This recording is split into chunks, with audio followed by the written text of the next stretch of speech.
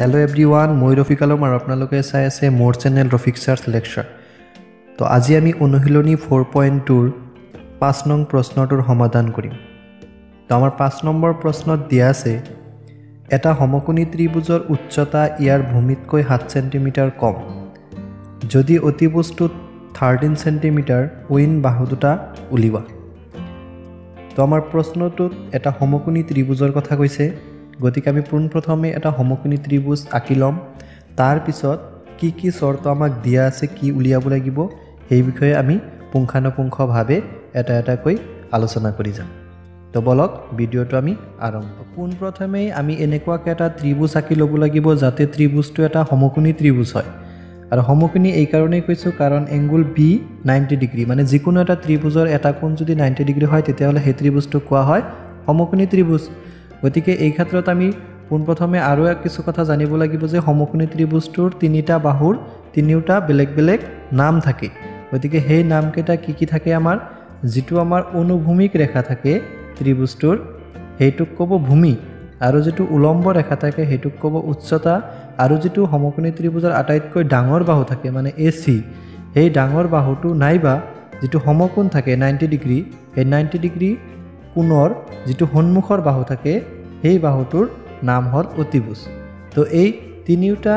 শব্দৰ দ্বাৰা কি কৰিছে আমাক কিন্তু প্ৰশ্নটো ইয়াত দিয়া আছে যে প্ৰশ্নটো এনেকুৱাকৈ দিয়া আছে যে এটা সমকোণী ত্ৰিভুজৰ উচ্চতা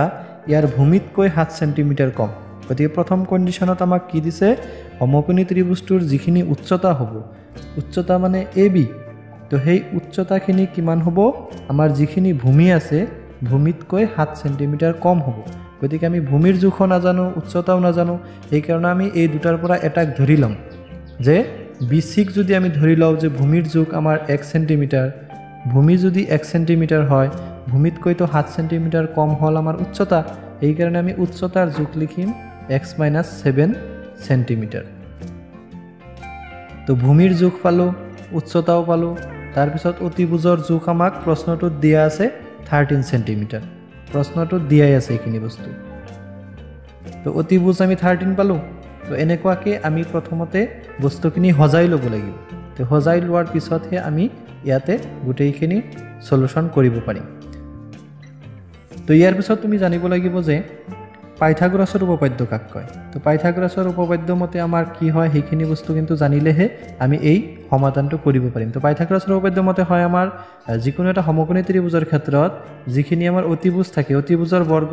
বাকি দুটা বাহুৰ বৰ্গৰ সমষ্টিৰ সমান গতিকে ইয়াতে আমাৰ কি হ'ব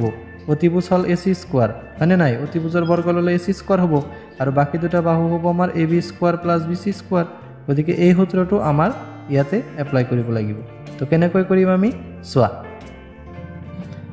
তো প্ৰথমে ধৰি ল'ব লাগিব যে ভূমি 1 সেন্টিমিটাৰ গতিকে উচ্চতা হ'ব x - 7 সেন্টিমিটাৰ এইখিনি আমি কিন্তু এই প্ৰশ্নটোৰ দিয়াই আছে আৰু সেইখিনি চৰ্তৰ পৰা আমি ছবিটো আঁকি লৈছিলোঁ তাৰে পৰা এইখিনি বস্তু লিখি লৈছোঁ তো ভূমি x উচ্চতা x - 7 অতিভুজ 13 সেন্টিমিটাৰ গিভেন দিয়া আছে এইখিনি বস্তু তো ইয়াৰ পৰা আমি কি কৰিম পাইথাগোৰাছৰ উপপাদ্য মতে এতেকে পাইথাগোৰাছৰ উপপাদ্য মতে কি হ'ব আমাৰ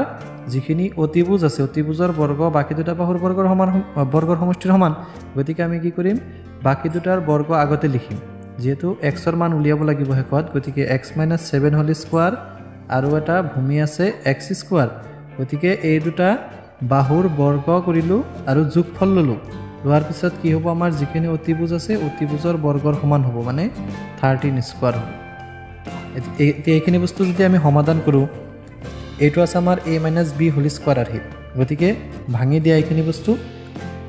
a স্কয়াৰ মানে x স্কয়াৰ তাৰ পিছত মাইনাসৰ 2ab 2 ইনটু a মানে হল x b মানে হল 7 গতিকে 2ab হল তাৰ পিছত হল সূত্ৰমতে b স্কয়াৰ মানে 7 স্কয়াৰ গতিকে a square minus 2ab plus b square এইখিনি হল তাৰ পিছত আমাৰ x স্কয়াৰ আগৰ পৰাই আছিল গতিকে x স্কয়াৰ লিখিলো তাৰ পিছত 13 স্কয়াৰ মানে হ'ব 169 এইবাৰ চোৱা x স্কয়াৰ ইয়াতো আছে x স্কয়াৰ ইয়াতো আছে গতিকে দুটা x স্কয়াৰ হ'ব আৰু ইয়াতে আছে আমাৰ মাইনাসৰ 2 ইনটু x ইনটু 7 অৰ্থাৎ মাইনাসৰ 14x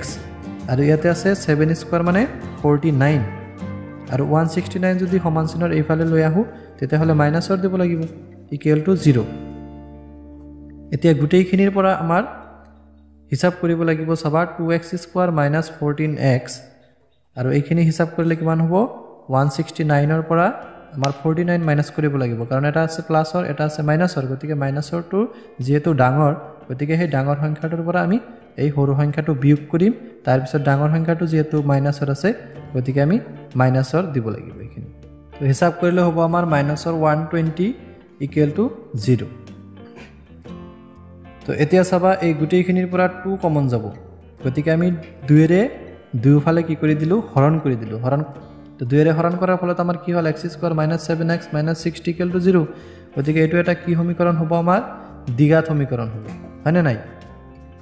তো এইটো যেহেতু আমাৰ দ্বিঘাত সমীকৰণ হল তো দ্বিঘাত সমীকৰণটো কি কৰিম আমি উৎপাদীকৰণ পদ্ধতিৰে সমাধান কৰিম তো উৎপাদীকৰণ পদ্ধতিৰে সমাধান কৰোতে আমাৰ প্ৰথম পদ আৰু শেষৰটো পদ কি কৰিব লাগে পূৰণ কৰিব লাগে মানে -60x স্কয়াৰ হ'ব পূৰণ কৰোতে x স্কয়াৰ - -60 পূৰণ কৰিলে হ'ব -60x স্কয়াৰ গতিকে আমি এই 60 ৰ কি কৰিব লাগিব উৎপাদক ল'ব লাগিব গতিকে উৎপাদক ল'লে কিমান হ'ব 230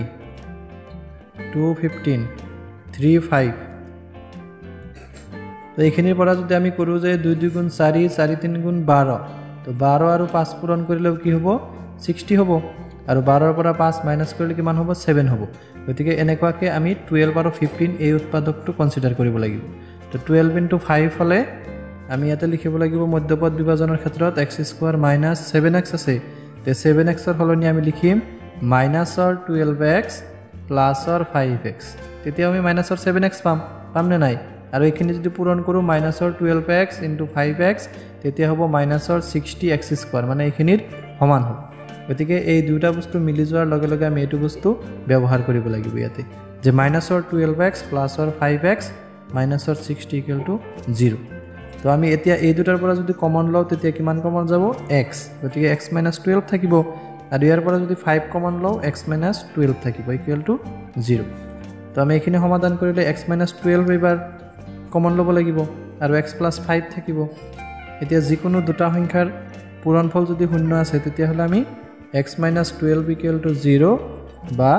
x + 5 = 0 তো এতিয়া ইয়াৰ পৰা পাম আমি x = 12 আৰু ইয়াৰ পৰা পাম আমি x = -5 তো যেহেতু আমাৰ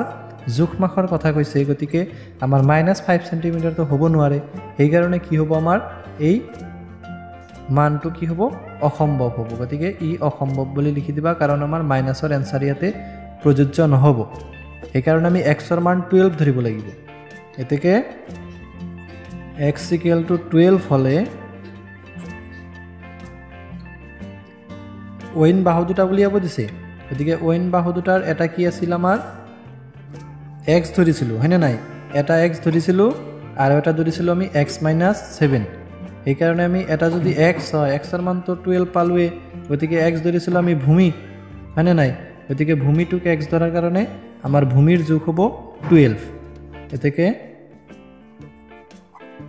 হলে ভূমি হ'ব আমাৰ 12 cm আৰু উচ্চতা কিমান হ'ব উচ্চতা হ'ব আমাৰ x - 7 আছিল হয়নে নাই মানে x - 7 গতিকে x ৰ মান যদি 12 হয় 12 - 7 = 5 cm গতিকে এই দুটাই হ'ব আমাৰ এনসাৰ